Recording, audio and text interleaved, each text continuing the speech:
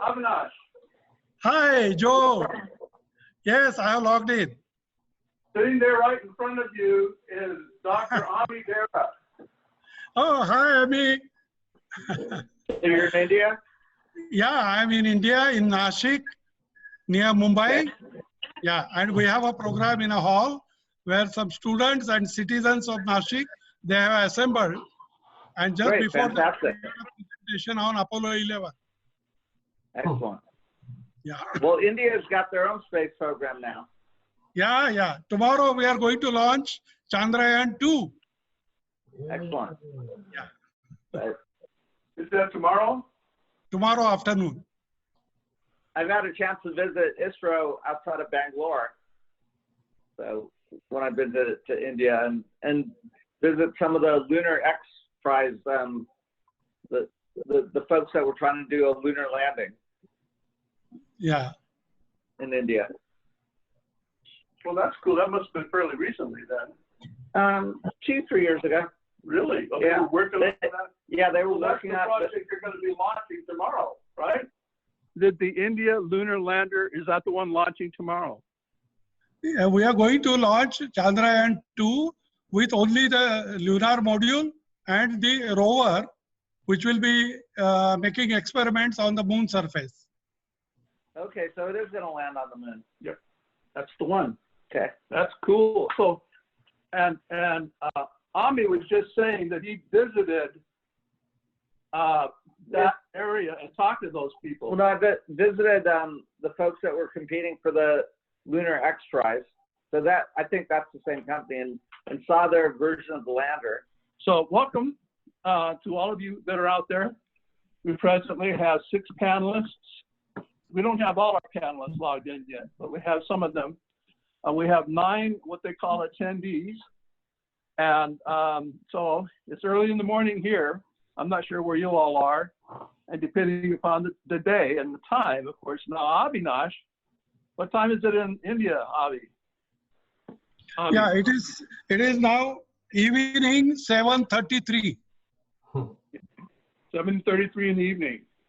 Yeah. And that's what we're really trying to get across here, is that we can literally manage to speak around the world if you time it right. Because India, it happens to be almost exactly on the other side of the planet from where we are. So that's why he's a half an hour plus 12 hours ahead of us. So, and so it's fun stuff, really fun. So welcome to the program. We're going to basically do a bunch of presentations by a bunch of different folk, and this is sponsored, just so you know, by the Chapters Assembly of the National Space Society, and I'm the chair. My name is Joseph Bland. I'm out of Sacramento, and in fact, your first speaker is going to be Ami Bera, who is a congressman from the Sacramento area, District 7. So I get mixed up on all that. Sorry about that. It doesn't matter. And so, so that's what's going to happen. And after each presentation, there's going to be a question and answer series. So on the bottom of your screen, there should be a little button that says Q&A. And so if I click my Q&A, I see that there's actually already a post here, and it says from Chris Cerrone, and it says, "Here you're fine." So this is a good thing. And you guys can't see it there, but I can see it here. Right. So this is actually a good spot for me to sit. All works. And because I can actually see the computer, touch the controls, read the questions. And then what we'll do is you'll just, each one of you, after you do your presentation, you'll be on, and then we'll have you do a relatively short Q&A. And then Avinash is going to be the last person. And if we have time, we'll do a Q&A for him, but he's kind of the frosting on the cake. You're the frosting on the cake, Avinash. So we may only get to lick the icing a little bit. I'm being a little facetious, I know. I'm being a little facetious. I am afraid by the time my turn comes, maybe nobody would be there, neither on the screen nor in the hall. That's okay. Hello, Joe. Can you hear me now? Oh, there's Larry. Okay, well, folks, I want to, with no more ado, I want to turn the floor over to Larry Ahern, Vice President for Chapters for the National Space Society. You're on. Okay, you already introduced me as Larry Ahern. I said I just want to point out that we have dozens of chapters on 6 continents. And I'd like to see, I don't see the attendees here, but I see we've got at least 3 continents already represented. I'm not going to get into details on chapters itself, but I just want to give you a little story here, a little history. Apollo 11 galvanized the grassroots movement, and I want to concentrate on the National Space Institute, which was one of our precursor organizations, the L5. After the Apollo landings in Washington, they thought it was a great idea that we would have a national dinner to celebrate the heroes, and then all the important people from industry, science, politics, entertainment, sports, they all came together, thousands of people for these annual dinners. When the Apollo program ended in '72, a small group of these people said, we need to keep the torch aflame. So they put together a book called Planning for a National Space Association. In 1974, that small group formed an organization called the National Space Institute with the president of Wernher von Braun. That is how the Apollo program impacted NSS. Apollo, like that, galvanized a lot of people at the national level in the United States. And what they did is these people were enthusiasts, and these were all important people. And at the same time, when the program ended in '72, they wanted to keep space in the forefront. They wanted to keep programs going. So they, Wernher von Braun was one of the driving forces behind that. So anyways, they put together a plan that they're going to start a organization. They were going to call it the National Space Association. They end up calling it the National Space Institute, formed in '74. Meanwhile, on the other hand, the average person on the street were forming clubs all over the country. And a professor at Princeton University named Gerard O'Neill wrote about the high frontier, establishing colony in space. A number of these small clubs around the country were galvanized into doing something. And what they did is a small group met in Tucson, Arizona. They formed the L5 Society, and they were a chapter organization, something the National Space Institute did not have. And over the years, by 1987, it turns out it was a perfect merger with a chapter organization with a national organization. That's how we were formed. And L5 brought the chapters to the organization, and we've been expanding ever since. In 1988, I became vice president of chapters, and we reached our greatest extent with chapters, 138 at that time.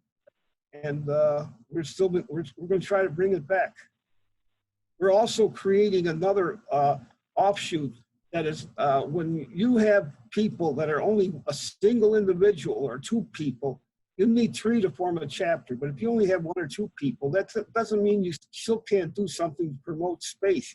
You can go out there and do a lot of things that a chapter does. You're not as effective because you don't have people with you. But the thing is that 1 or 2 people, these envoys or outposts, or I see Stu Backers, or ambassadors, are the people that are going to be spokespersons for the National Space Society in in any community in the world. Did that help you, Joe? Yeah, that's great. Thank you, Larry. Good background. And as I just want to add one minor detail, this is a celebration, folks. And so at some point you need to get the champagne glasses ready, and because at the end of this, we're actually going to celebrate. We're going to pop the old champagne, pour champagne in the glasses here, and hoist it for everybody. So that's what we're going to do. I'm just letting you know ahead of time.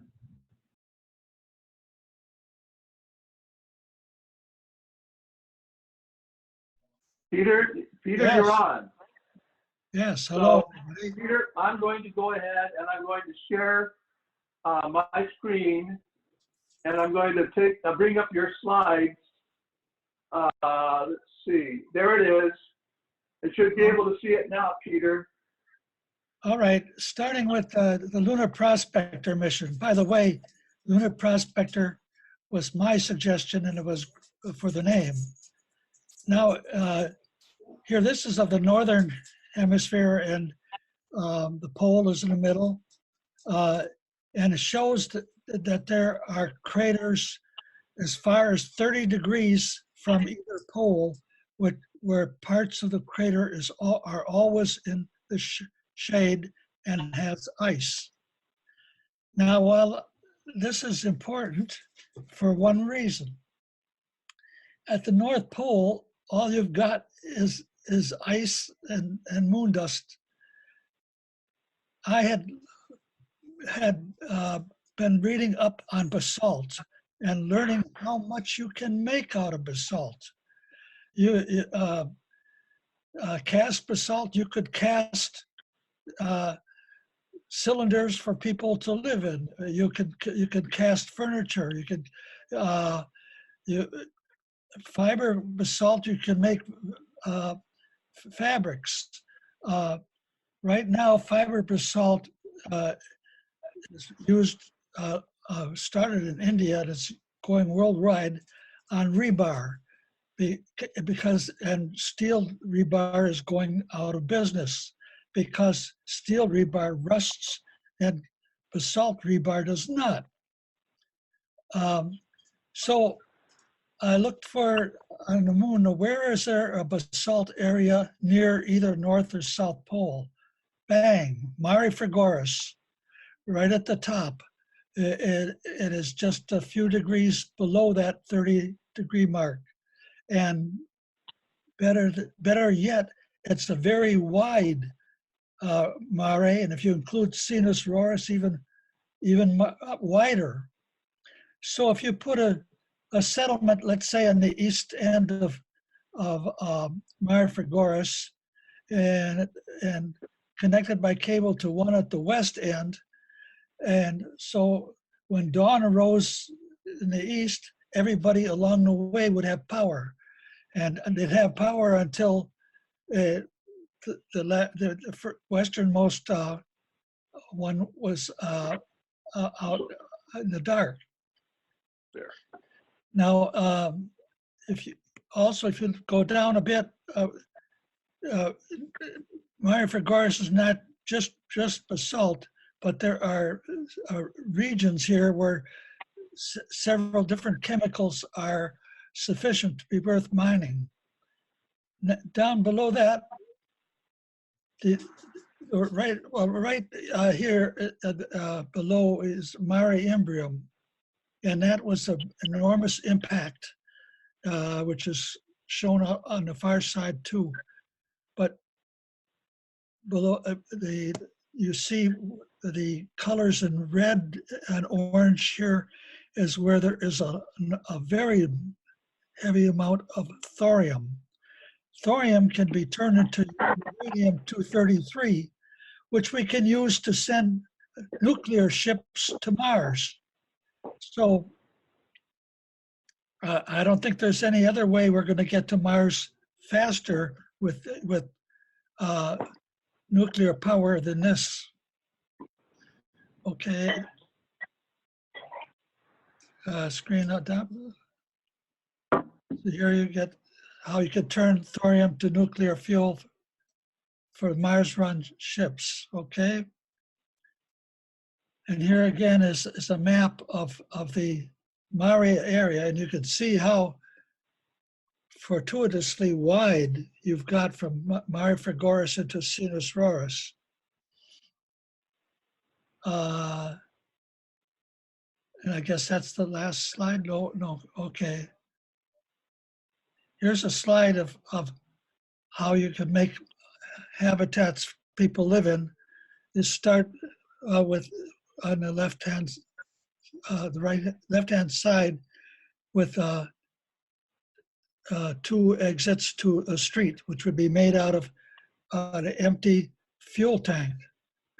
And as the family grew, you could add on, or if it wasn't family, if you were doing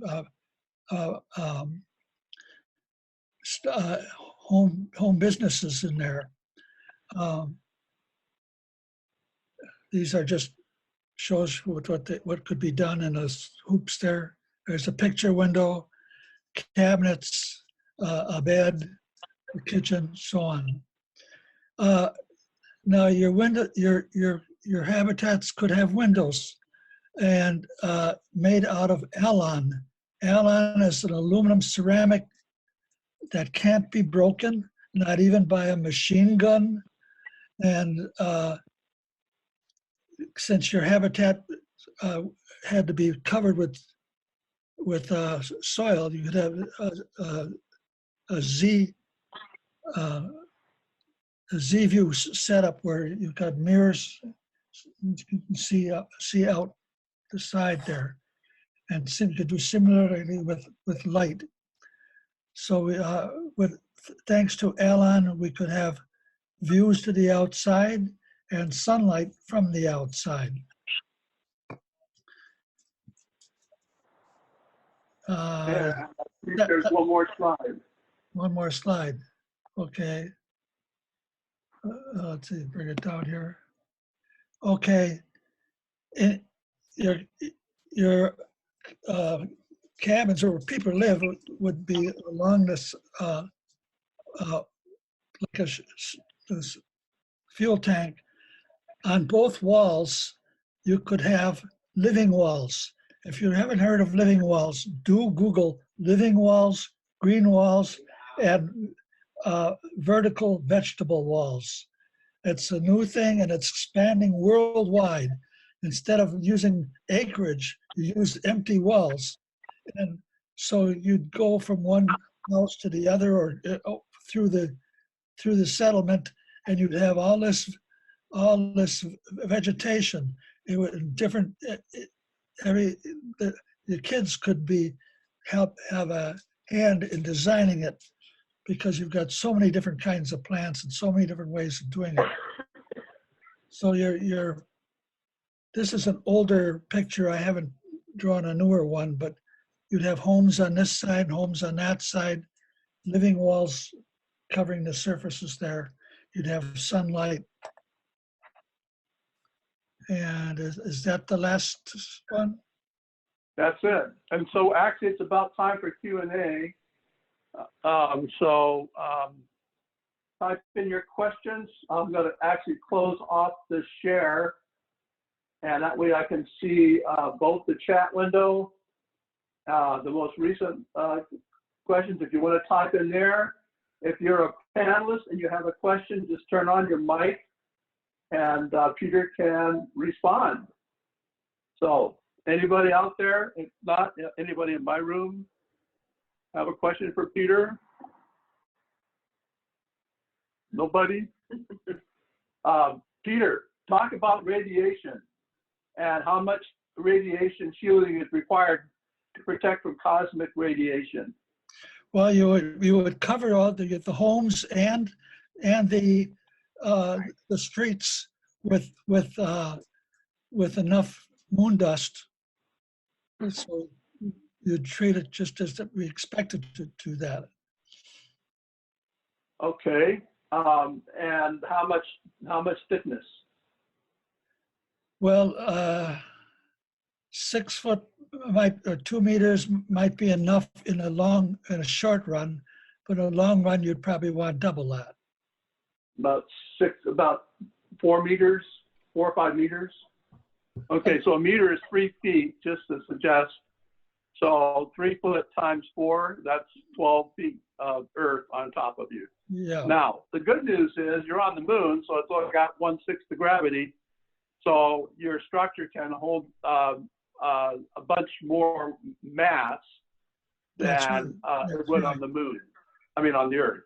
That's right. So the building a structure that can hold 12 feet of moon dust, if you want to call it that, is not really any big deal.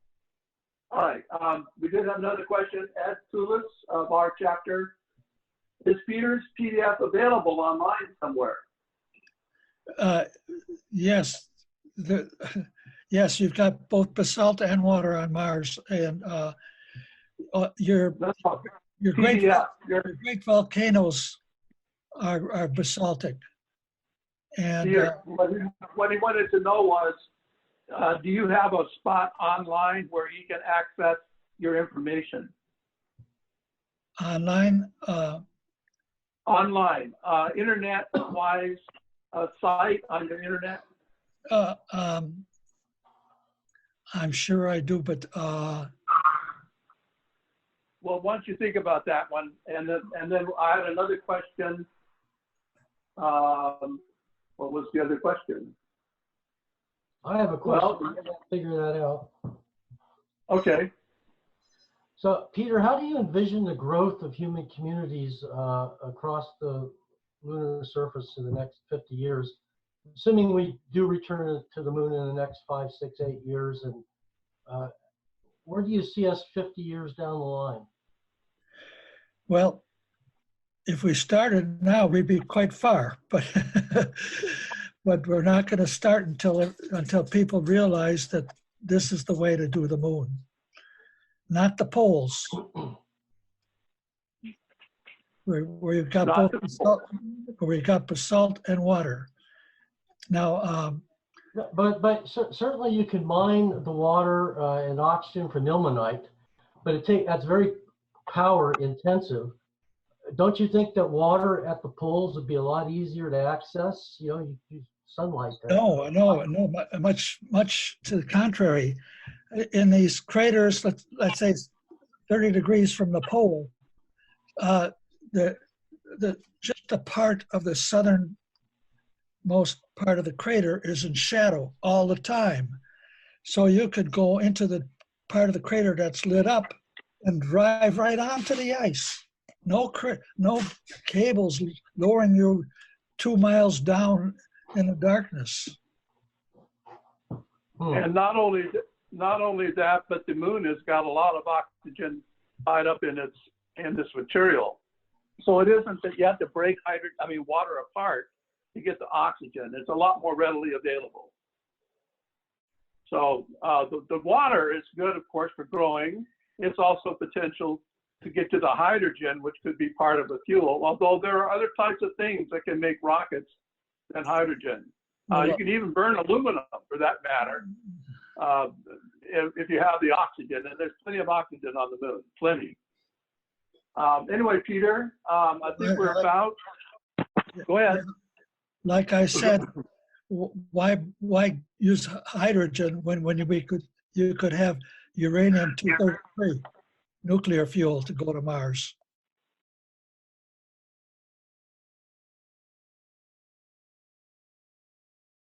We're ready for you to go ahead and take the helm there, Ron. All right, so I don't, Joe, I don't have any a PowerPoint or anything, but you can put the bill up if you want. Oh, okay.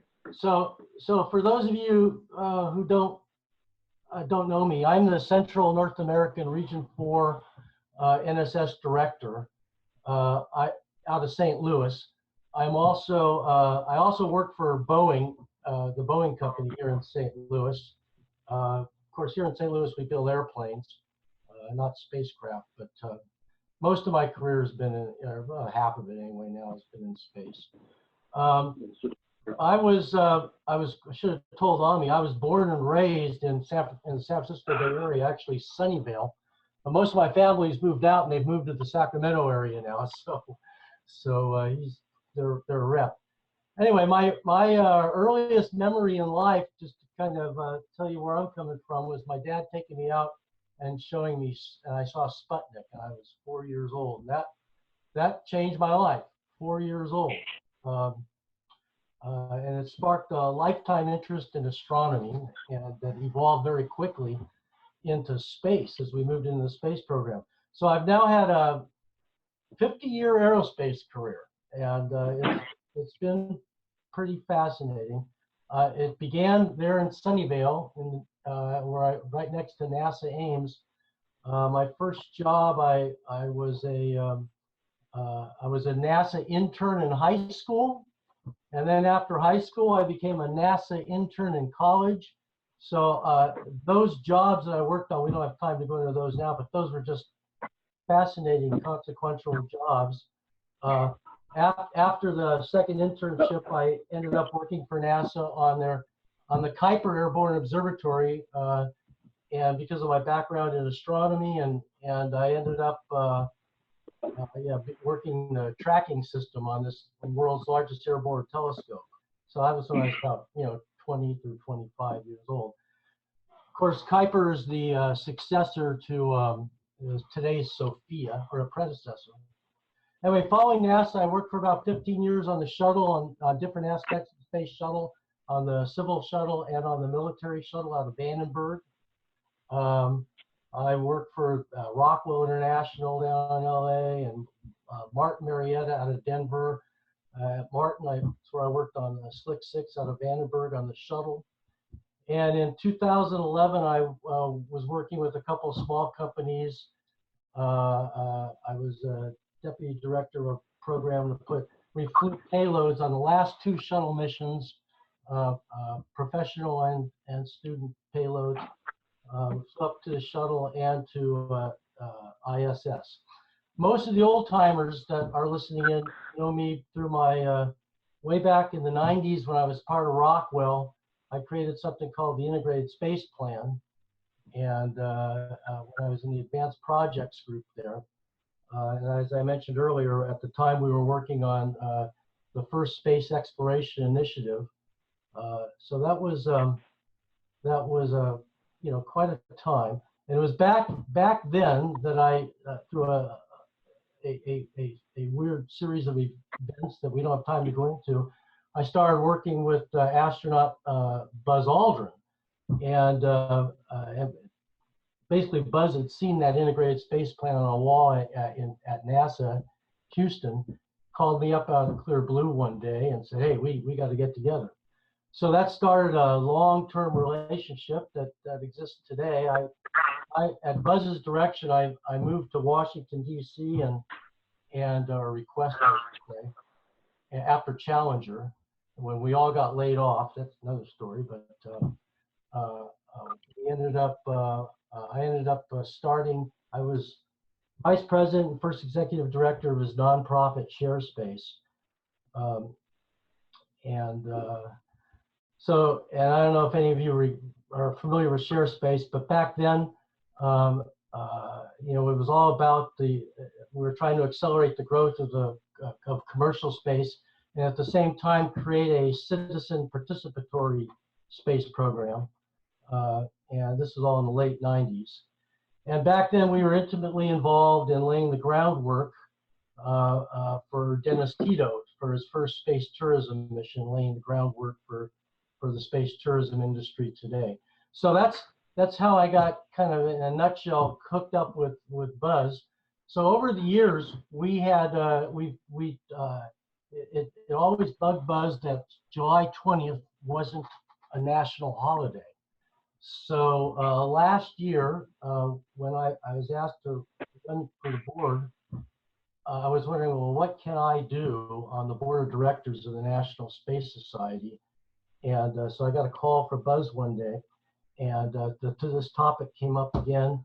And I said, well, maybe it's time to do something about that. So this all started over a year ago.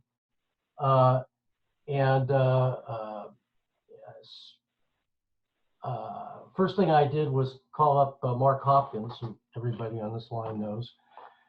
got a background on where the NSS stands on, July 20th is a national holiday. Basically, Mark said, if you can make it happen, we'll be 100% behind it. So I pulled together a team, and Janet, many of you know Janet Ivey of Janet's Planet fame, and a guy named J. David Baxter, who has been working for years to create space exploration days on a state level back in the 80s and 90s. He kind of stopped around turn of the century. But I got him. He was a wonderful resource because he had a website out there that had the history of all these, of everything that had been done to date. I studied that website and basically patterned a bill after what I thought was the best thing that had been done in the past. It was actually a bill that Ronald Reagan, the Reagan administration, had done, and so it didn't take too long. We put together the words for that for what is now HR 59. It was introduced on the House floor in early in June, and as I mentioned before, we immediately found Kendra Horn, who is the freshman rep out of Oklahoma, who is an International Space University graduate, thank God. And she said, "Oh, this is fantastic. We're going to make this happen this year before July 20th." So of course we said, "Oh, great, that's fantastic." I didn't believe it, but yeah. So anyway, she's found a number of supporters on the House side. So in the process of doing this, we learned that because this is an annual bill, we want this to be every year. We want this to be kind of celebrated. It has to come through the Senate side, through the Senate Judiciary Committee. So that's where we're focusing right now. Senator Ted Cruz, who is both space on the Senate side and he's a member of the Judiciary Committee.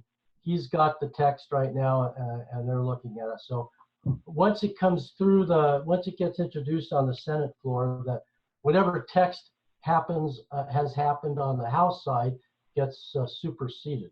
So I should also say that this bill is not a paid holiday. This would be a day like Flag Day, and so it's impossible to get a paid holiday approved. So we think this is something that's very doable, and we're off to a good start. So that's where we're at today. The first congressman to support this was Jim Cooper out of Tennessee, who happened to be Janet Ivey's congressman. And as soon as we sat down with him, he loved it and agreed to sponsor it. So it's been going well. We've got it. It's introduced. Once we get it on the Senate, then I think it'll happen fairly quickly. So our focus in the near term is going to be get it out of the Senate and try to get this thing approved as soon as possible while we've still got some momentum going for the July 20th celebration. Thanks, Ron. So I'm going to have to cut you off there. I think I'm done. All right, great job. And I don't think we're going to, unfortunately, have time for questions and answers, if you don't mind. If people have questions and answers, what's your email? In fact, if you got your chat window open, you can type it in there so people can see it.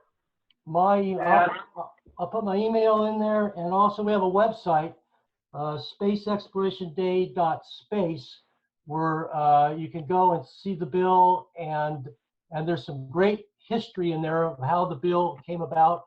At least as of late last year, I haven't revised it this year because it's been an ongoing thing. And we've got some really great pictures out there from Apollo from the 60s, and we are putting that together. Thank you, Ron. Let me also say that we've also got, I mentioned earlier this, that I've created this integrated space plan. if people want to know more about that, go ahead and Google it. But we've got a new Kickstarter out that we just started last week, and it's going for another 3 weeks. We're revising the Integrated Space Plan. And for those of you around the world that have never seen the Integrated Space Plan, do look it up. It's basically an assimilation of all the elements, the requirements, the vehicles that need to be created to move humanity from Earth to actually migrating to a nearby star in the next 100 years. So it's kind of pulled it all together, and we're in the process of revising it. So look up our Kickstarter. Thanks. Okay, thanks so much, Ron.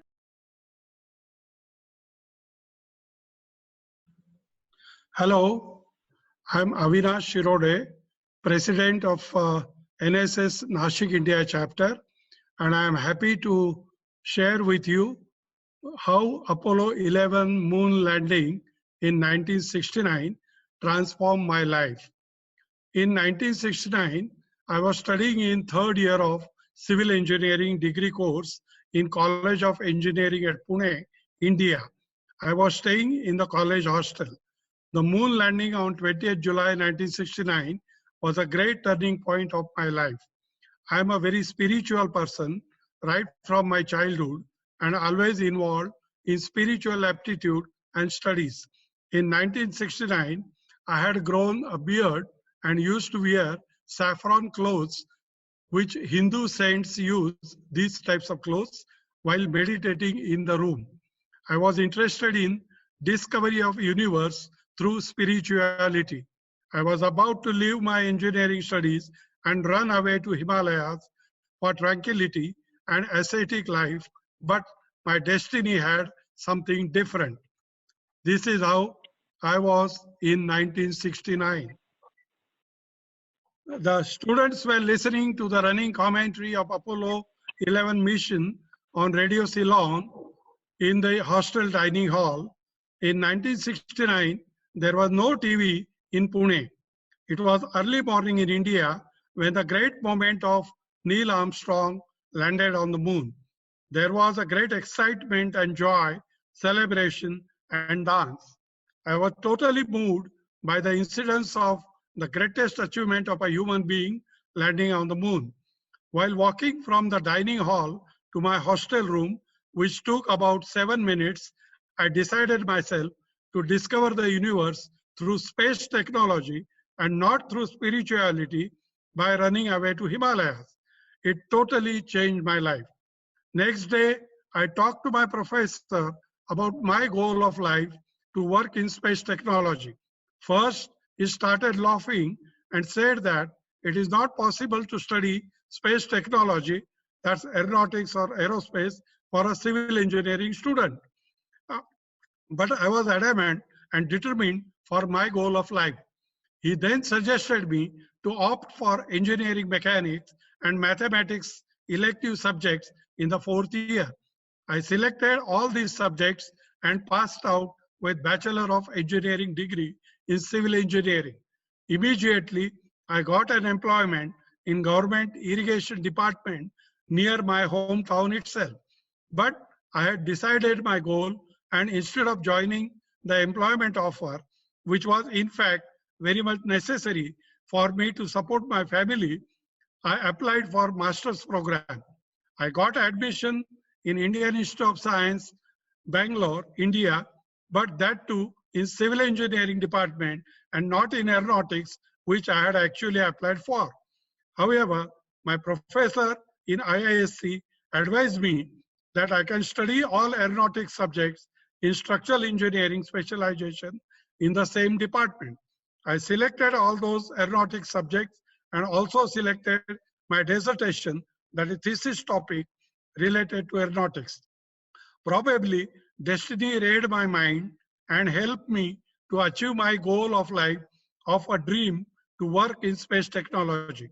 At the end of my 3rd semester, out of total 4 semesters, one fine morning, my professor called me and said that some gentleman wants to discuss with me about my studies, my thesis, etc.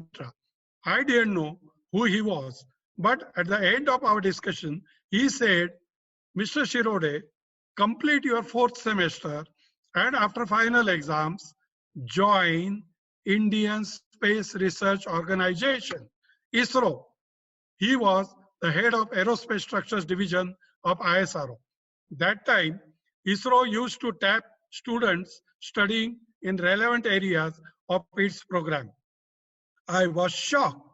That was the most ecstatic moment of my life. I was going to fulfill my dream, my ambition, my goal of life. After the final exams, I went to my village and kept waiting for the ISRO appointment letter. He was going to send me an appointment letter after my final exams.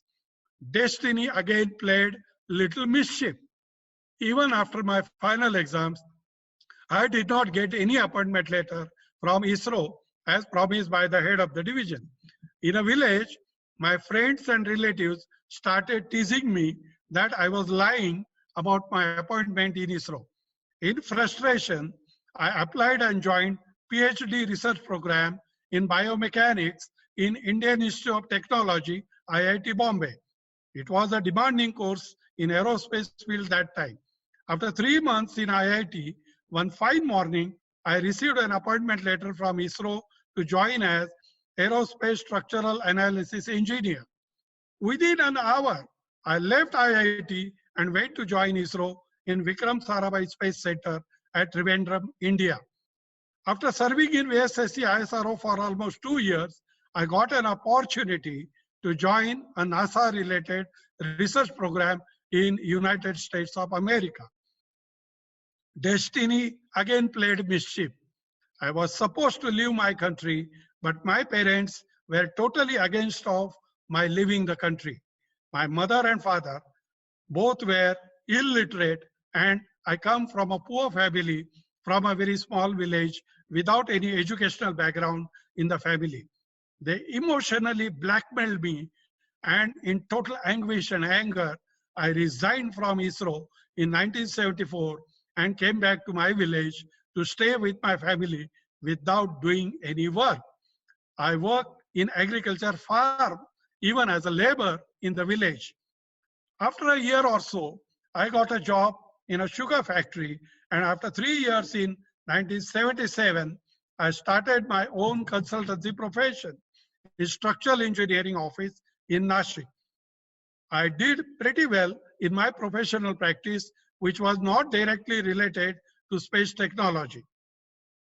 But in building structures, I closed my practice saying enough is enough in 2010 and got involved in techno-social activities. My passion for space technology did not allow me to rest, and in 2016, I started in Nashik an international chapter of USA-based National Space Society. I am actively involved in awareness and outreach programs for students for their career opportunities, particularly for rural and tribal area students. I am also an NSS certified space ambassador in 2018, and I was the first to be a space ambassador from India. Destiny gave me a lifetime opportunity to felicitate Buzz Aldrin, the second human being to land on the moon in a typical Indian cultural style at International Space Development Conference 2018 at Los Angeles, and Jim Bridenstine, the NASA administrator at International Space Development Conference 2019 at Arlington, Virginia. My chapter received Excellence Award in 2018 ISDC at Los Angeles and Special Merit Award for Modern Worldwide Communication in 2019 at Arlington. We organize World Space Week almost every year on a grand scale, and we are celebrating the Golden Jubilee of Apollo 11 human landing on the moon. I don't know what destiny has for me in future. Thank you very much. So, Avi, I'm going to try to find a picture of you felicitating Buzz Aldrin. Hold on just a second. Here we go.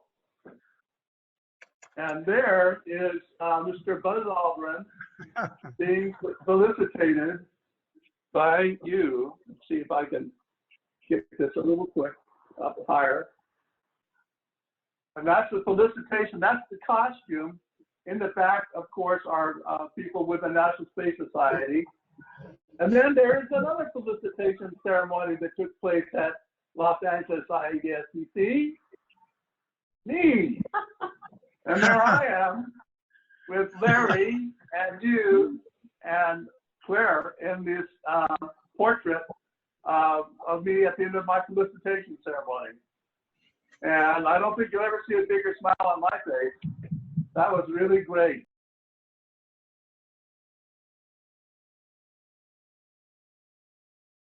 And now, without much more further ado, I'm going to put the focus on Dr. Becerra of the Sacramento 7th District Congressman, who is also the Vice Chair of the Science, Space, and Technology Committee of the House. Correct? That's correct. Okay.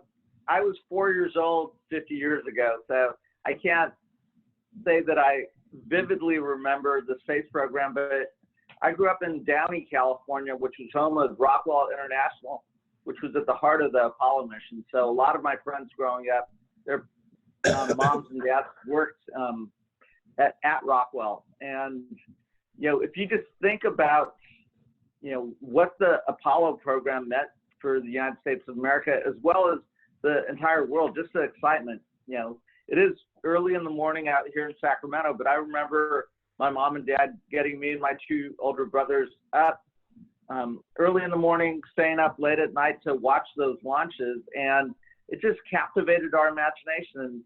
And what we need to remind ourselves is when President Kennedy challenged us to go to the moon, we had no idea how we were going to do it. We didn't, you know, we had to imagine that we could do it, and then we had to go out there and solve these issues and create that. And when we look at the challenges that face the world today, whether that's climate change, you know, overpopulation, you know, food insecurity, water insecurity, we've got to find that same initiative to say, okay, we don't know how we're going to address these challenges, but if we set that goal, we can solve any issue. And when it comes to space travel, you know, whether that's returning to the moon, creating a permanent base on the moon, whether that's using that as a way station to go to Mars by 2033, you know, let's set that goal. What's beautiful in the 21st century is it won't be a United States goal. It'll be the world working together. It'll also be the public sector working with the commercial space industry. And, you know, I think that is a remarkable thing. You're also seeing, you know, if you think about the Apollo program, you know, NASA was the launch vehicle, it was the lunar landing vehicle, it was the science mission. Well, today you can go out there and say, okay, well, you know, we'll do Blue Origins or SpaceX. So you have various launch vehicles. You know, India is gonna launch a lunar lander, I believe tomorrow, and you know, so you have different lunar landing vehicles. So then we can focus on the science mission, and then you see these small startups. There's a company that I had a chance to go visit, Made in Space, which is testing 3D printers on the space station, because what they're thinking is, you know, instead of all the payload that you would have to take up with you to build something on the moon, well, could you not just take moon dust, use the raw materials that are on the moon, and use that to create the building blocks to build a space station? So it's pretty remarkable what you can do. So this is an exciting time, you know, and again, the lunar landing 50 years ago was not just a U.S. mission. It was a remarkable achievement for the entire world. So, okay, great. I'm happy to take a couple questions. And I can't speak any Hindi, but I can say namaste. Namaste. So, that's a good one. Okay. Namaste, sir. So I've got time for a couple questions before I. So I've told folks how to get there. On the bottom of your screen, there's a Q&A button. You click on that Q&A button, and you should be able to type in a question. So in the meantime, we're going to go around the room real quickly and see if other people here or any of your panelists, you can turn your mic on and ask a question. So, or I can keep talking. Why don't you start? Keep talking. Okay. So one question that we get asked a lot in Congress is, you know, what would it take us to return to the moon and have a permanent station on the moon? It's going to take a sustained effort. What was remarkable about the Apollo mission was it wasn't Democratic or Republican. You know, it spanned both Democratic and Republican administration, and there was a sustained effort and a sustained goal. And we've got to get back to that. You can't change every 4 or 8 years. So again, if our goal is to get to Mars by 2033, let's set that goal. Let's provide the funding and the resources.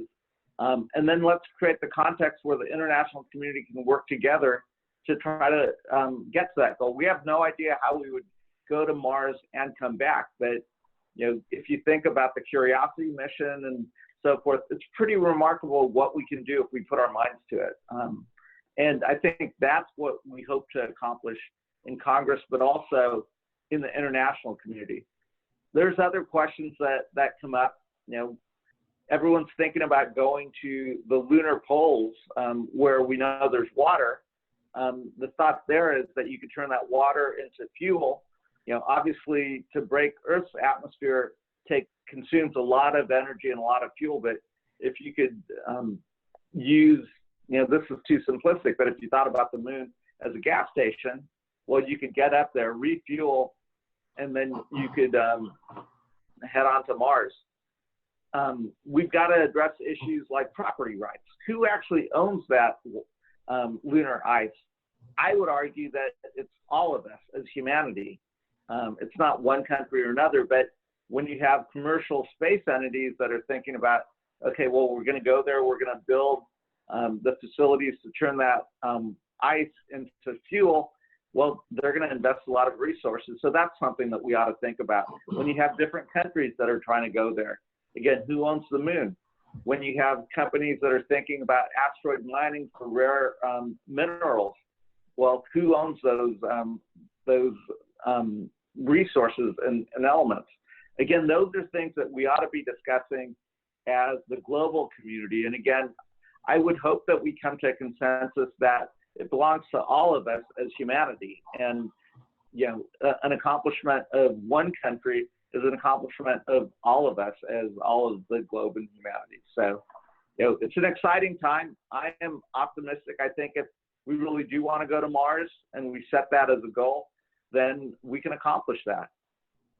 Really great comments there. And I think probably the one that really hit me front and center was when you said returning to the moon permanently and sustainably. And the secret is that term, sustain. Right. Because, and yes, it was a joint effort by both Republicans and Democrats. I mean, Nixon was literally the president when Armstrong first stepped foot on the moon. And Kennedy, they're both different parties. Kennedy's the one that started the ball rolling in the first place towards that. So it's wonderful to be thinking about the fact that this should be and can be a bipartisan effort to get to the moon permanently and sustainably. Now that's going to take, in my opinion, not just the United States, but other countries of the world working in cooperation with one another. It's going to take what we now call new space, as opposed to the derogatory term dinosaur space. And that is to say the new young thinking people that are doing things differently, that are doing things uniquely. SpaceX's ability to take rockets and use them over and over is a prime example of that. And so I just love that statement by you. And that's not really so much a question as a monologue, but I thought you nailed it. Yeah, it is sustained effort that's not Democratic or Republican, and it's not just a U.S. effort. It's the international community working together, the public sector working with the private sector. If you think about the International Space Station, what that means to, it's a remarkable achievement, and perhaps space is what brings us together as a nation. That's. Anybody else got a question? Okay. Yeah, Ami, do you hear me? I can, yeah. Okay, so let me first say that most of that litany of all that great stuff you were just talking about, I just want to reassure you, people have been studying this stuff for years. I was one of those. I'm 12 years older than you are. I worked at Rockwell International way back in the day in LA. I studied. I was on the first President Bush's. Worked on his space exploration initiative, where we, worked all different concepts to get to the moon and Mars, and that was Rockwell. Martin was doing it, Boeing was doing it, and, the big companies. So we've studied these things. These things are well studied. All of the property rights issues, those kind of things, those are being studied pretty hard right now also. And the group that you're addressing right now, the National Space Society, is of course a leader in all those areas. We're very we're at the forefront of all that stuff. So we're going to make it happen. And the private sector, that's the exciting thing for us right now, is finally we're moving out of the era of government kind of oversight and all these things, government leadership, and it's still a challenge though to ease NASA out of where of how we're going to get there, But I think in the next few years we're going to see NASA turn over a lot of the leadership, a lot more of the leadership to the private sector, because there are some very exciting things happening in the private sector that you're probably aware of. And NASA is currently kind of ignoring some of it, but I don't think they're going to be able to ignore it for long. But we're studying things. I was going to say I agree with you, and I think allowing the private sector to come in, create that free market competition is going to also dramatically lower the cost, as opposed to whether it's just federally funded. And again, the other caveat there is the international community and creating that context where we're all working together towards a common goal. So I have a question online. This is from Brian Dolenzel. I'm sorry if I just hashed your name. Dolenzel. Do you think space technologies should be perfected on Earth communities before implemented sustainably in space? So I'll just repeat the question from Brian. Do we think space technologies need to be perfected on Earth before they're implemented in space? Yes and no. I mean, I certainly think part of the reason for having a permanent base on the moon is it allows you to do different types of experimentation, just as the International Space Station allows us to perfect technology up in space. And again, the example I used was 3D printing. We know how to do it here on Earth. That company I talked about, Made in Space, is testing things in a zero gravity environment because it's a little bit different. So I think we've got to do a little bit of both. Well, I can take one or two more questions, and then I'm probably going to sneak out. Okay, so that's fine. If we are to use Pierre Dutray, if we are to use water as a fuel in outer space, why are we not using water as a fuel here on Earth? I would also like to ask if you believe that the resources of space should be owned by everyone. Why do we believe we not addressing the United Nations? Oh, why should we not be addressing the United Nations more formally, as the technology is required to take us to space, benefit the people here on Earth as we develop them?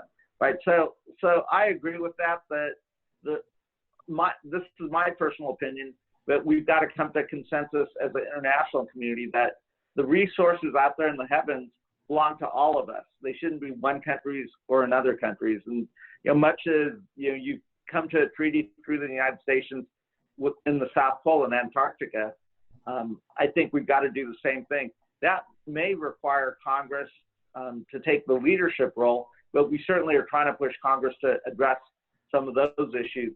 And yeah, I think it's perfectly reasonable for us to think about how we turn water into fuel. Part of what's, and we could do that here on Earth, where they're testing the technology, turning water into hydrogen. But part of it is, again, if you think about the water that's both on Mars as well as on the moon, you potentially get to the moon, turn that water into hydrogen, turn it into fuel, and then use that to then launch to Mars. Again, on Mars, I think the evidence is that there's water on Mars. You can take that water for the refuel and use that for your return flight home. So again, this is all imagination, but that's what this takes. We've got to imagine that we can do this, and then let's go out and do it. So one more quick question. This one was, when I saw it there, it's gone away. Okay. All right. Well, there it is. From Avinash. Ami, how do you look at India's space program? I think India's space program is pretty remarkable. So in a fairly short period of time, they've created, I've had a chance to visit ISRO in Bangalore. Some of the science that they're working with, I visited the company that was competing in the Lunar X Prize. The fact that India is about to be able to do a lunar landing, that is remarkable for such a young program. And what's beautiful about space is it captivates the imagination of a generation. If I think, I'm a doctor by training, but you created a whole generation of engineers and scientists who grew up watching the space race. And we ought to do the same thing for our kids in the next generation. Captivate their imagination, encourage them to imagine and believe that they can do anything that's possible.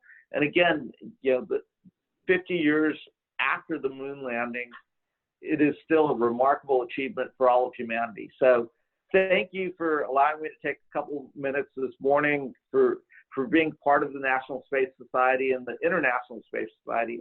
And again, believe that all things are possible if you just put your mind to it. Thank you, Ami. Thank you very much, and I love that last statement. Have a great day. Be well. Okay. So what we're going to do now is we're going to go to Ron Jones. Are you there, Ron? Yeah, keep Ami there. I want to talk to him some more. Oh, he wanted to. You might want to stick around. Donna. Yes. I need to talk. Excuse me. Would you for just a few more minutes? Can you stick around? Okay. Because what Ron is going to be talking about, and I'm actually going to share a screen here with my computer, and I'm going to show you this document called HJ-Res 59. I don't know if you're familiar with this, but Ron is going to be speaking about this joint resolution that I believe has gone through the House. I'm not sure. It's been introduced. It's being introduced. Yeah. So, okay, and I think he just wanted to have a few questions about that. So, Ron, I'm going to stop my share. If you want to start your share, you can. And then you can ask whatever you want. Ami does have to leave. So. Okay, well, first of all, it's very refreshing to hear someone in Congress speak with the authority and knowledge that you have on this topic. It's you obviously have studied up on this as a National Space Society folks, as we are. It's great. And you probably know some of our folks in DC. I don't know, actually, I'm not sure who you know. We've been spending a lot of time on the Hill. We've got a full-time lobbyist now and a bunch of part-time lobbyists. and I know you are one of the supporters of our bill, Resolution 59. And so thank you very much. You probably know that we've been working through Kendra Horn's office. We were really pleased to find out that she was an International Space University graduate. That kind of made our task a lot easier talking to her. And so she's Kendra's a great chair of the space subcommittee. Yeah, she's fantastic, and she's helped get your support, and I think we've got over 21 supporters in the House that I know of right now, and we're working the Senate right now. But since I got 10 minutes here, let me start. So Ami can take off, right? Well, enough. If you doesn't want to hear the whole story. Although one of our guys, Randy Gigante, is probably listening in. He'll probably, next time he goes into DC, I've asked him to set up a meeting with you on our bill. That sounds great. And, you know, what's beautiful about the National Space Society is it's citizen lobbying. Yeah. Right? And that is how democracy ought to work, for citizens being able to lobby their members of Congress. And so I'll look forward to that meeting. We're going to find you. All right. Thank you. Okay, you will. And then I'll take the mic. All right. Thanks, Ami. Stephen. Hello. I was just going to start off by telling you that when the Apollo 11 landed on the moon, I was a senior in college, and a number of individuals, about 100 as a matter of fact, gathered in a TV lounge to witness the landing live. And in those years, there was a significant number of college students that expected that we would be on the moon within a decade in a big way. And of course, that community of students, of which I'm one of, was greatly disappointed when the Apollo program was terminated early. And for the last 50 years, I've been working in aerospace, hoping to get involved in space activities. So I ended up working for quite a while at an aerospace company that made jet engines and rocket engines. You may be familiar with Pratt & Whitney. And so that's where I tried to live out my dream of space and aerospace. But without any further ado, I guess I'd also like to say that I'm the Space Ambassador Program Director, and at the last ISDC, I gave a presentation concerning the efforts to expand the Space Ambassador Program. And so I have a presentation, a PowerPoint presentation that I can run through very quickly to give you some familiarity with how to become a space ambassador to help spread the enthusiastic news of our new Space 2.0 era that's coming online. So what I'll do is I will share my presentation slides, and I think what will happen is I end up having to go offline a little bit here, but you can still hear me, I think. So I'll start sharing, and I will pull up my PowerPoint here. And I'm going to do a full screen share of this, assuming I can get to it. No, wrong one. Well, I see the mouse moving around there. Yes. And so here we go. There's the slide presentation. Can you see it? Yes. Okay. So this is an abridged version of the presentation I gave at the ISDC this year. It turns out that I've given the names of some of our subcommittee members, Loretta Hall and Jim Plaxco, Some of you may recognize Jim as someone who's been very active at the NSS. Now it turns out that I don't want to do that. Okay, I'm having some issues here with my pointer. Okay, so it turns out that the National Space Society web page, which you see on your screen now, if you go to the National Space Society web page, there's a menu drop down that says what we do. Space Ambassadors is listed as one of the activities on that web page. And so if you're interested in becoming a space ambassador and giving presentations to other groups of individuals, you can become one of our members here. And we actually have several individuals that will coach other inexperienced people to make good presentations to audiences. It turns out that if you go to that site on the web page, we give an explanation of what has happened over the years for the Space Ambassador program. And we also give you an opportunity to ask questions and get involved. And one of the last questions that's on the web page says, how can I become a space ambassador? And that actually starts the application process. And we actively pursue individuals who express an interest in becoming a space ambassador and help them to give presentations and inform the general public. So that gives you just a quick intro to the Space Ambassador program of the NSS. You see at the top of the page a URL link, spacenss.org, and then space-ambassador. That's how you get right to us. And so anybody in the chapters that is interested in giving presentations and being a space ambassador, I encourage you to go to the webpage and fill out the application and get in touch with us and get involved.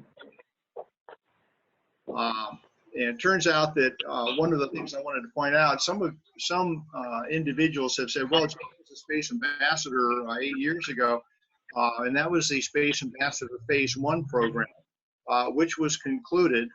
And there were 5 finalists who ended up getting major awards for their participation in the Phase 1 program. And some of those finalists are involved now in the Phase 2 and helping us to advance the Phase 2 program. There was a white paper that was created and submitted to the board of directors concerning what was learned from the Phase 1 program and made recommendations for how the second phase of the program would be run. And just to hit on a couple of highlights here, it turns out that there is a subcommittee. I showed some of the members' names earlier on the first slide, but NSS membership is a requirement. There are 2 other documents that deal with the code of conduct, or the rules, if you will, and some presentation rules to provide some direction and control on the presentations. But there are also example presentations that have been given by a number of space ambassadors over the years, and those presentations are also available on the web page should anyone wish to identify a subject that they want to talk to, or if they want to see what the presentations are like. So that basically concludes the presentation that I wanted to put up and talk to. And this slide, in this particular case, talks about some of the presentations that are available on our webpage as examples. And I'll call your attention to a couple of them. It turns out that Al Globus is one of our space ambassadors, And Al is considered a subject matter expert on space settlement, and his recent book, The High Frontier: An Easier Way, was used as a reference for a presentation that both Al and I have given on several occasions. So that's just one example of some of the presentation material that's available. There are a lot of others available. And if it turns out that someone has a subject that they don't see an example presentation for, we can help draw in reference material and help a space ambassador put together a presentation of basically any subject that is of interest to the general public. So that's basically the end of my presentation, and I will field any questions as necessary here to help get the ball rolling. Let's see if I can get out of here and get back to the full screen. That's good. We're also getting back to the point where we're almost caught up on our schedule. So this is good, guys, so far. So go ahead and type any questions. If you don't know how to ask a question as a participant, as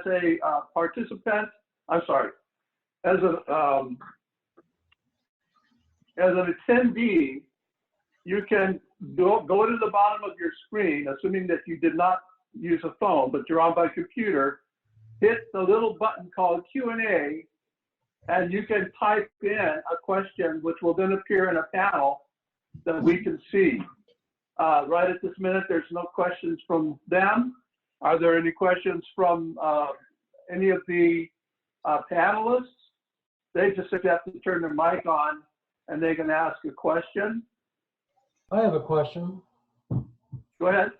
So I was at an event all day yesterday at the St. Louis Science Center, and we were sitting across the table of JPL space ambassadors.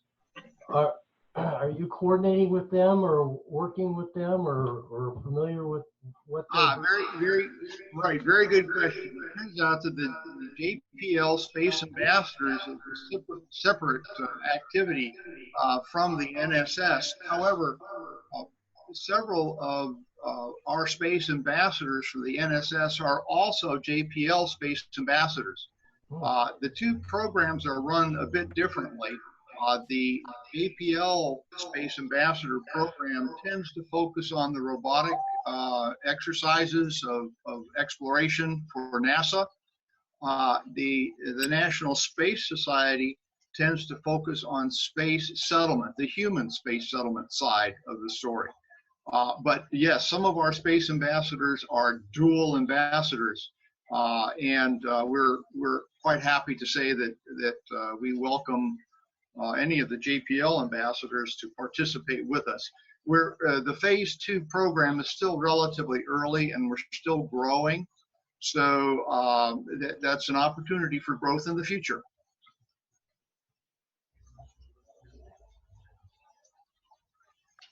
Hi, it's Christine. Can you all hear me? Hi, Christine. Yes, I can hear you. I don't have my video on, but that's okay. So just as a little clarification, NASA JPL calls their program Solar System Ambassador rather than Space Ambassador. And the little short is SSA. So if you see SSA, that's referring to the NASA JPL Solar System Ambassador.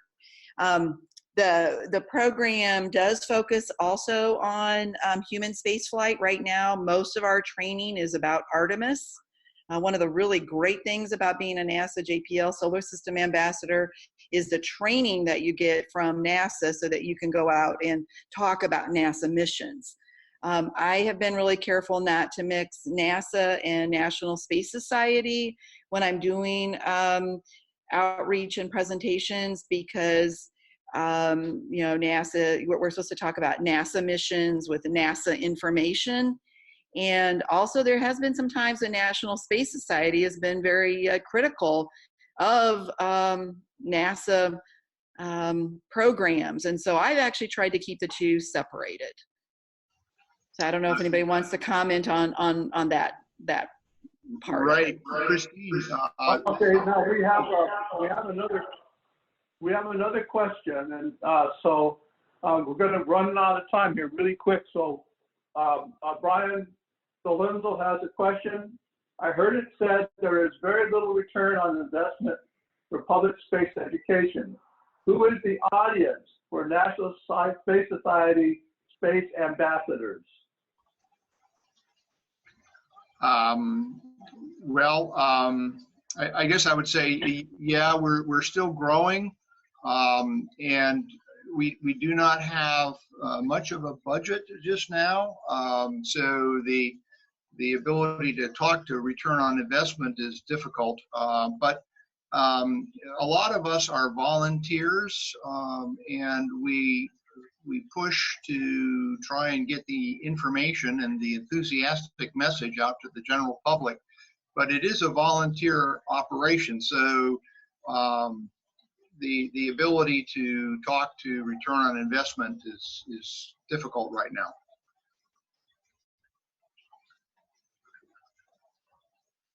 I don't know, is that true that there's very little public return on space investment? Certainly that wasn't true during the Apollo era, when, you know, Apollo created a whole generation of kids that got charged up about space and technology and went into the science, you know, to the STEM areas. But your focus is the public and kids, I would imagine.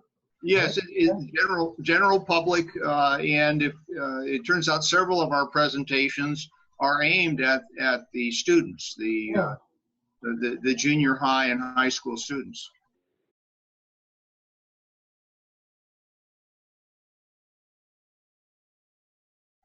So now we're going to go over to Betty and Hal Walker. Betty, would you mind going first and introduce yourself, tell us a little bit about yourself, and then give us your presentation, please. Good morning. Yes, we're located in Los Angeles, but however, we're in San Francisco, where last night we had a big celebration at the Exploratorium Museum, where Hal was the keynote speaker about firing the laser to the moon. We started our AMAN Science STEM program over 30 years ago in Los Angeles, and we now have chapters around the country. And in 1997, we took 10 of our students to South Africa on a study tour after having visited 3 years in a row with our state senator, who was appointed by the United Nations to monitor the elections in '94. So the students received so much information on our 3 trips. We said, we'll take you, and call that our homecoming for the students, and that would be our last trip. Well, as you would have it, a miracle happened, and we met President Mandela. And as you know, he's so interested in education and children. He spent an hour and a half with us and these students, because he was amazed that he was used to talking to college and high school students, and our students were ages 8 through 12. And he was amazed that we would bring these young babies on the other side of the world. But I said, in all my research, early intervention is the key. And we had our 12-year-old who had been to 3 shuttle launches with us and met Bernard Harris, the first African-American to walk in space, who sponsored a trip for 12 of our students to attend his launch, which was a midnight launch. And when the kids started talking about their space activities, their winning math contests across the country, and their hands-on activities in technology, he just said, cancel my next appointment and spend time with those youngsters, and asked Hal and me, you must promise, 1998 is the year of science and technology in South Africa. You must promise to come back and make students like these that you have in America. And so the rest is history. That's how we got around to finally launching the Cape Town chapter of the National Space Society, which I'll talk about after you show the video. What he has is an overview of the launch of our Cape Town Space Society, the first chapter of the National Space Society on the African continent. And Hal and I are board members of OASIS. And when we worked with the team to bring the ISDC to Los Angeles for the 2018 conference, after all of the updates were given, that's when we realized that there was not a chapter on the continent. And certainly we wanted to have one in South Africa, with President Mandela being so interested in science and technology.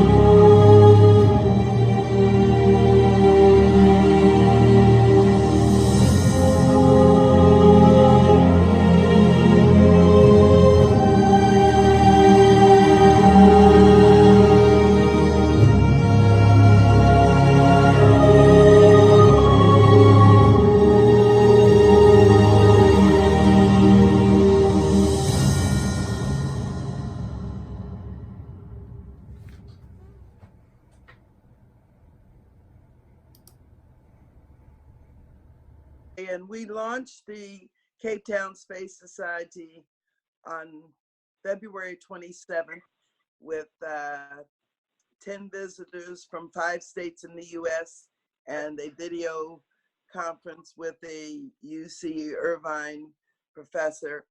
And those students that you saw, 3 of them came with us to the 2018 ISDC conference, and they were the hit of the conference.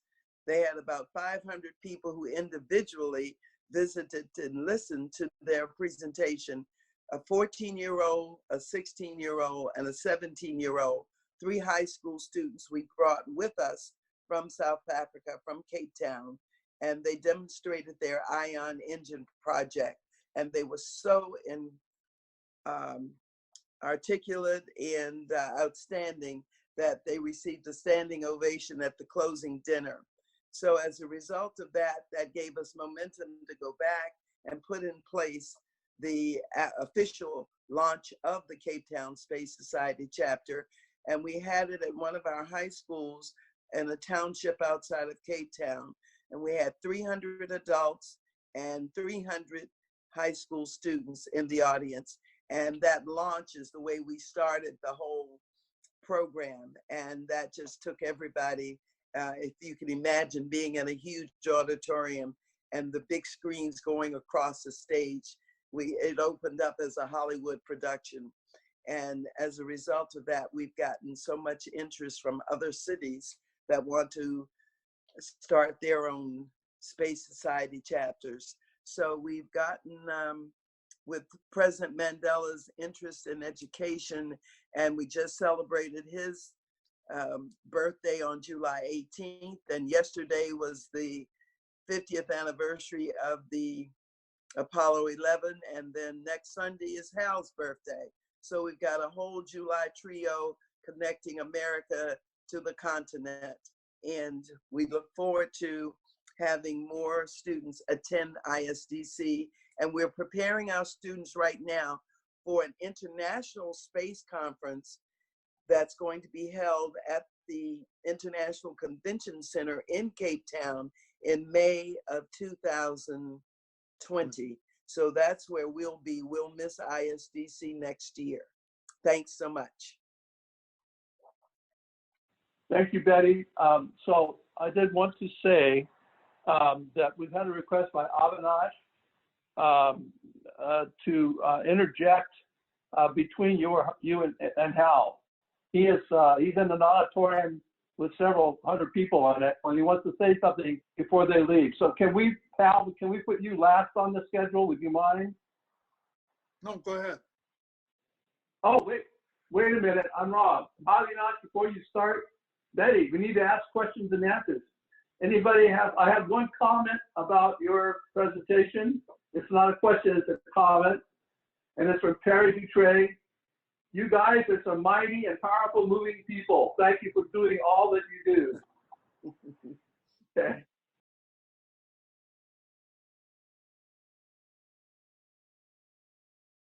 And I'm going to go back to Hal. Well, good morning to everyone today. And a happy Apollo 11 celebration for each and every one of us around the world that's participating. Goodness, I've been speaking quite frequently in the last couple of 3 weeks coming up to this time of the 50th anniversary. I was at the Smithsonian Air and Museum last weekend speaking there to the young people there that they had gathered in an audience at the Air and Space Museum in Washington, D.C. So we've been just being part of a kickoff, you might call it, of the celebration. My involvement in Apollo 11 began in early 1968 as a part of the CORAD Laser Division, where I was an employee. That company was headed by Dr. Ted Mayman, the inventor of the laser. However, I'd like to now just bounce back for a moment to my career. I started out in aerospace in 1955, even before they called it aerospace, of course, as many of us know.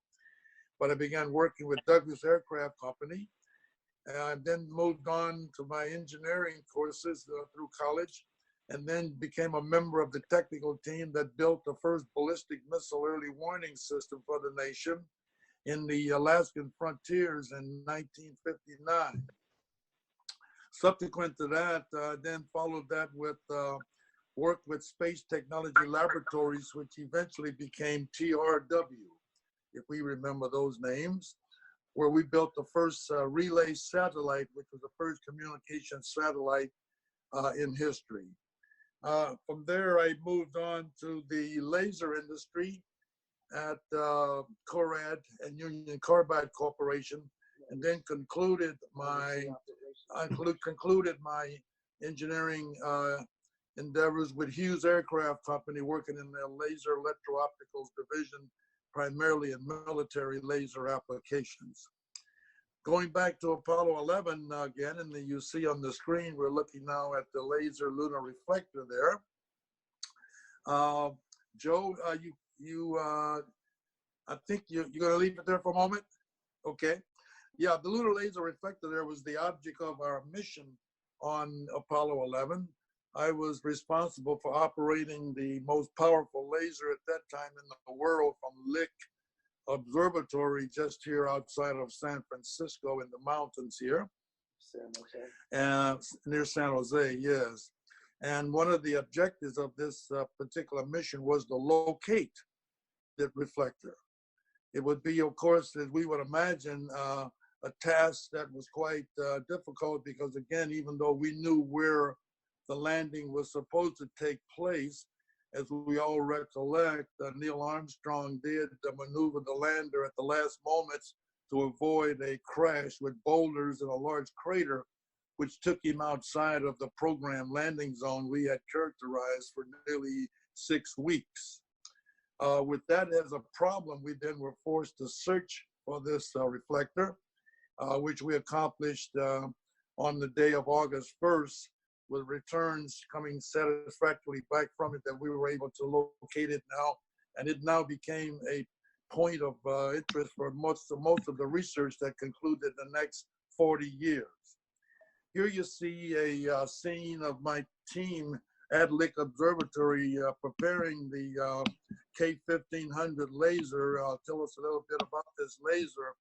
It had an output power of 1.5 gigawatts, the most powerful laser in the world. It had a pulse duration of 10 nanoseconds, or 10 billionths of a second. It was a pulse laser. We were able to get off 2 shots per minute with this particular device. It operated quite satisfactorily for the most part, but of course we did have some problems with it because it wasn't designed necessarily for this type of an application, but we were successful in adapting it to this condition. But we did finally receive information from the surface that we had located the reflector, and of course our job then at Lick Observatory was concluded, and we moved on to other things. However, this concluded the first ever interplanetary laser ranging experiment in history. So that's maybe our banner of recognition for this team of us that did this work. In the meantime, McDonald Observatory, which became the primary source for lunar ranging, took over this task, and for the past 40 years, they've been doing laser operations and technology related to Earth-Moon systems that I'm sure for those that are interested to know more about those Earth-Moon systems, that research has been based on the work done over these 40-some years at McDonald Observatory. And again, our objective here, you see on this slide at Lick Observatory, which was just to locate the reflector and then to identify its position for future use by other researchers. And I'll be at the Lick Observatory here in about another 10 days, where we celebrate the site as the first interplanetary laser ranging experiment in history, where we'll be working with IEEE and other NASA organizations to celebrate this particular site. I'm also a NASA JPL Solar System Ambassador. I've been one since 1991, and I'm proud to say it's been a great experience, and I'll recommend the Space Ambassadors Program to anyone that's listening that would love to be a part of things like this. It's been a very rewarding experience for myself and Betty. So that's all I have, and then we can ask some questions.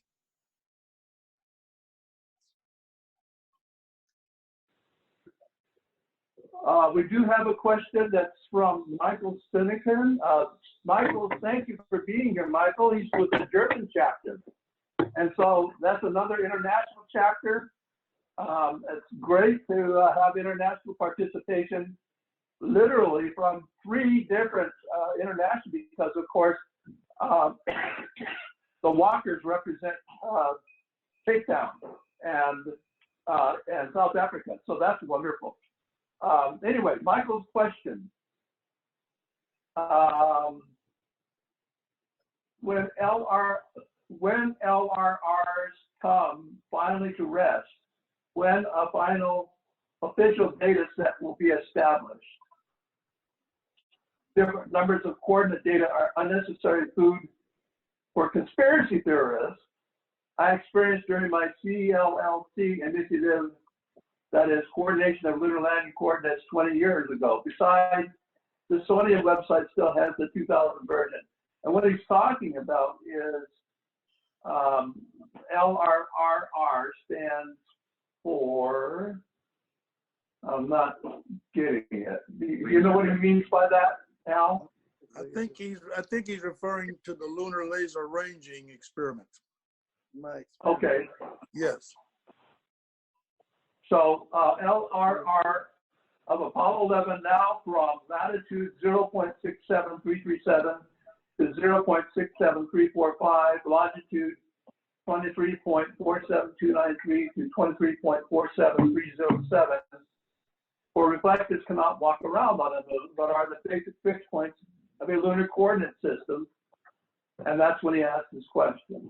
When the LRRs come finally correct? When will? I'm assuming he means when will they? Well, I'm a little bit, excuse me, I'm a little bit puzzled by his suggestion. It sounds like he's thinking they're moving around, but whatever. There are 3 reflectors presently today on the moon. Apollo 14 and 15 carried the other 2, and 11 carried the initial reflector.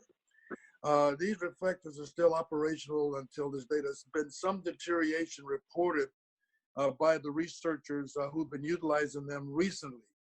However, I'm not at all any more involved with these reflectors than following them in any type of scientific way. But I think I just sort of keep, as we love to say, we keep our ears to the wall just to hear what some of the latest information is. Well, doing that, just recently, I think a few days ago, I read or saw information that a new device, a lunar reflector device, is being developed now, which will enhance the reflection characteristics of that particular device over this 244,000 miles, which of course will help to increase some of our knowledge of the true movement of the Earth and the Moon system. So I would hope that this gentleman could probably look into that and might get further information about what the future would be for lunar laser ranging. What about tectonic plates in your experiment show? Betty just reminded me of something very important to us here in California. We just recently, I'm sure as you all have heard or know about, had the 7.1 earthquake near Los Angeles. And of course, we were very hopeful that the researchers using the lunar reflectors would be able to continue to develop more accuracy of the continental plate drift here on the Earth, to start to work with some technologies involved with earthquake prediction methods. So we're looking forward to that, of course, with our interest here in this area and, of course, around the world. Thank you, Hal. And by the way, other folks, I'm not getting any other questions. Oh, wait, there is another question. Now, by the way, Michael, if you want to ask a clarification question, please feel free to do so. And then Brian Dolenzal, can amateur astronomers prove we landed on the moon by laser reflection via the LLR as dramatized on The Big Bang Theory?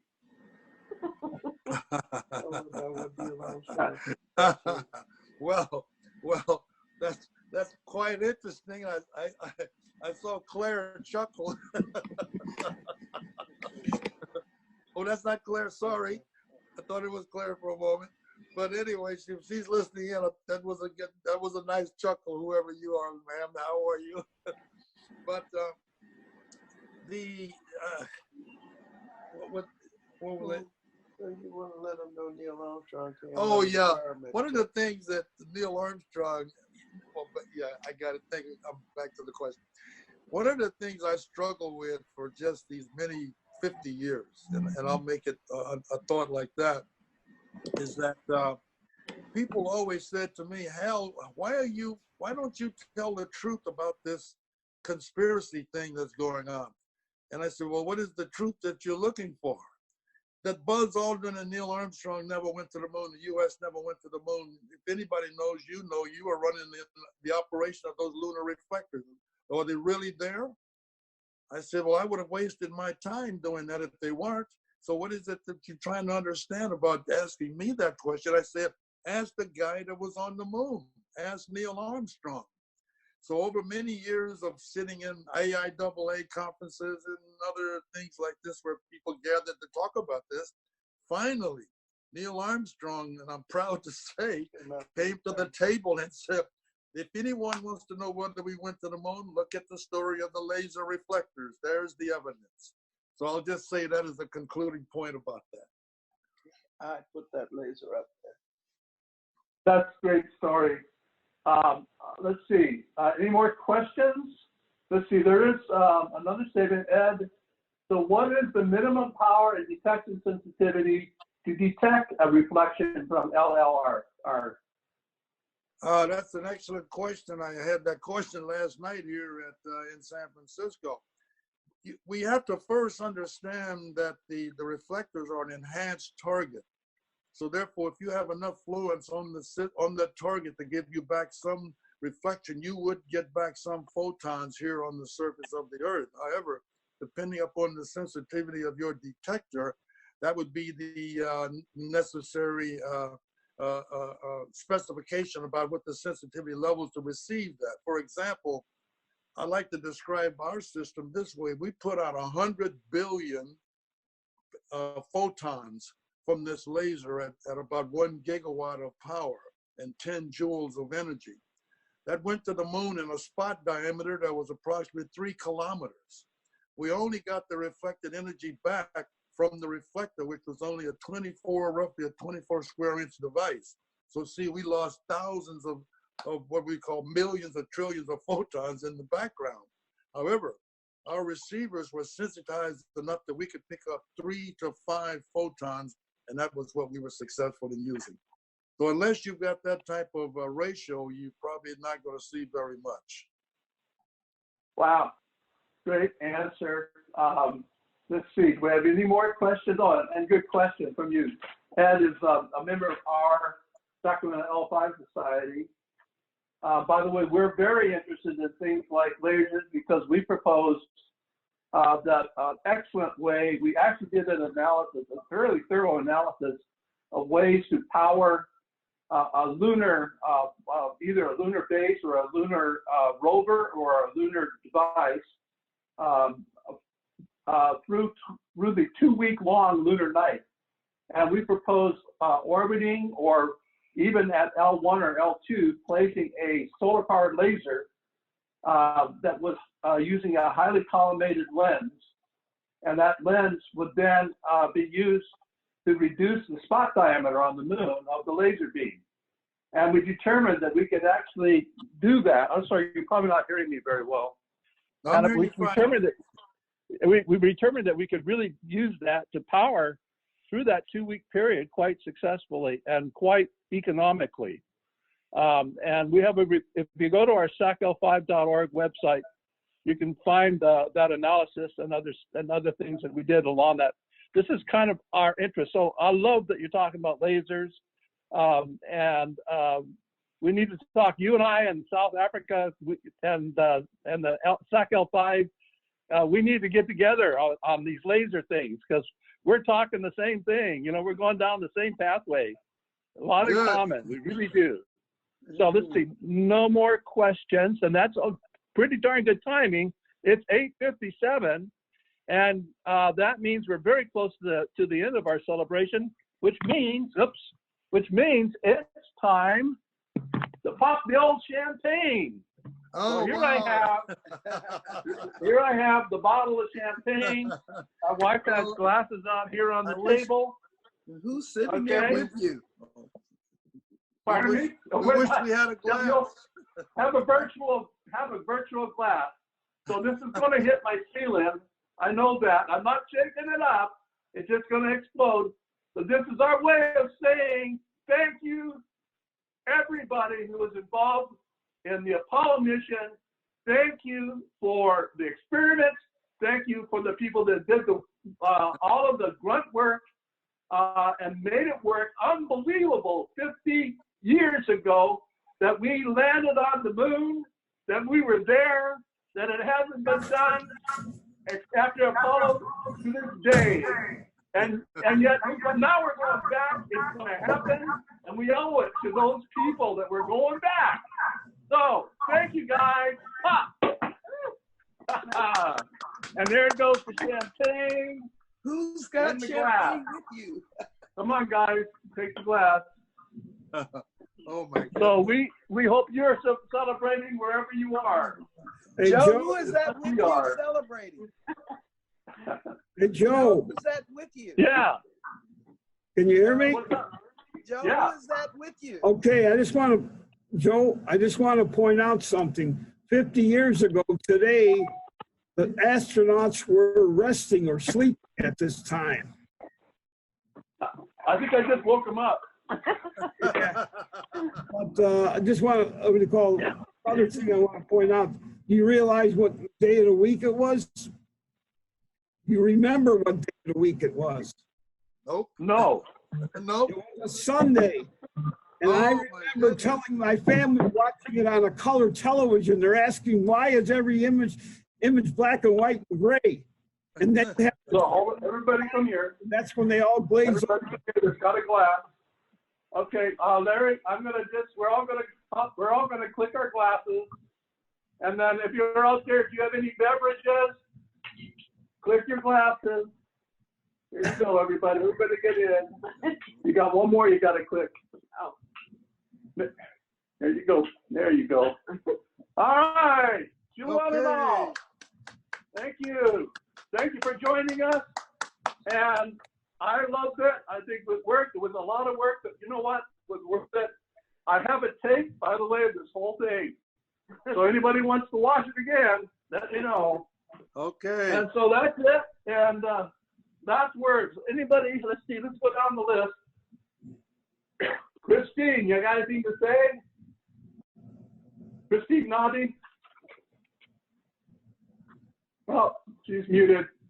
Hello. Oh, there she is. Hey, thank you. This was wonderful. We enjoyed. We had, I don't know if we had 7 people here.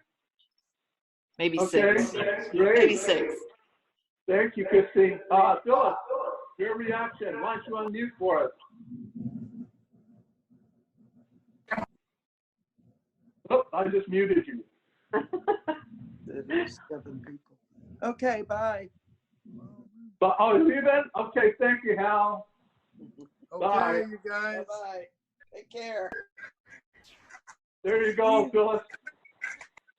See you in Cape Town at the International Space Conference. 2020. Okay.